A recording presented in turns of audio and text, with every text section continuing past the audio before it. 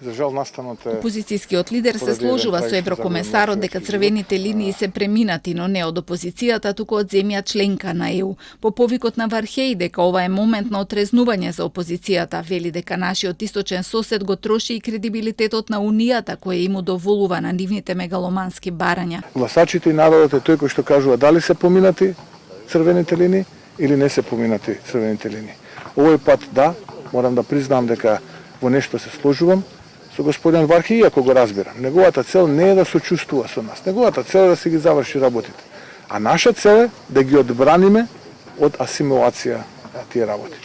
И затоа сакам да кажам дека ВМРО-ДПМН ќе продолжи и понатаму да го штити македонскиот идентитет, бидејќи единствената црвена линија која што е помината е линијата на достоинството, односно помината е линијата на достоинството.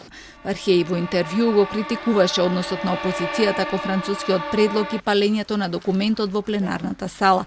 Рече дека постојат јасни граници за цивилизираната политика, но неговата проценка е дека многу од тие црвени линии беа преминати од опозицијата.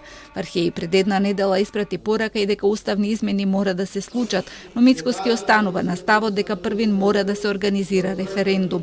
За шпекулациите дека собранието ќе се прогласи за ненадлежно за распишување на референдумот, бидејќи рамката се усвојува од владата, или дека вакво процедурално алиби не е можно затоа што во изгласаните заклучоци во собранието стои дека тоа и препорачува на владата да ја усвои прифати предложената рамка.